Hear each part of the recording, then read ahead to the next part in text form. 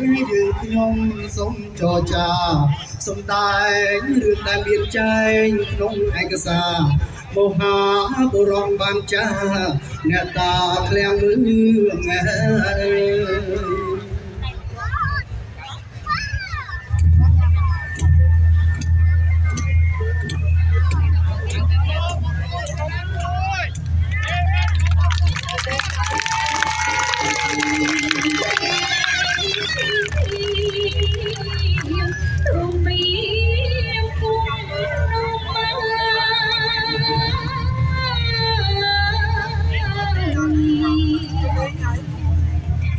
ជាមក្បា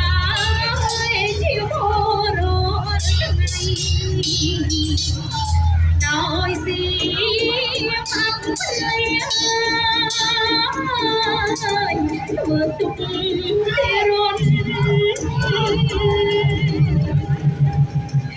វាច្បងទាំងខ្សែហើយទាំង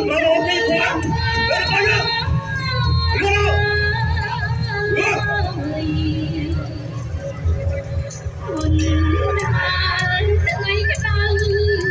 រាងកាយទូទៅ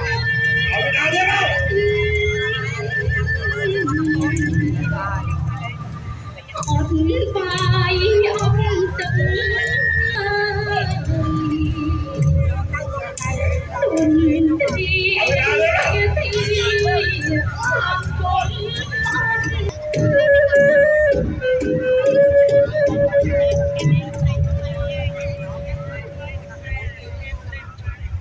ចៅមិនសៀមវាជាប់ជិះ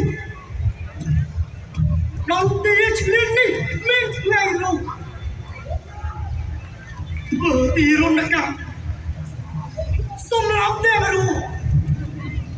ថ្ងៃណាពុតគ្រូជួបกันវិញបាន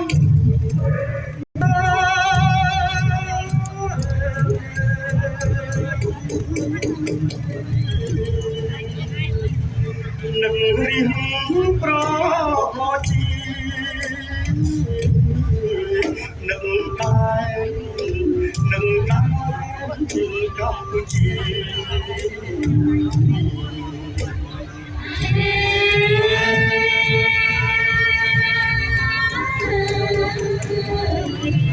លោកអាយទ្រង់គ្រា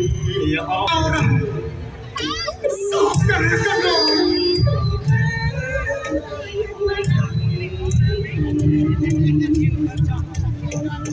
ผมรีบ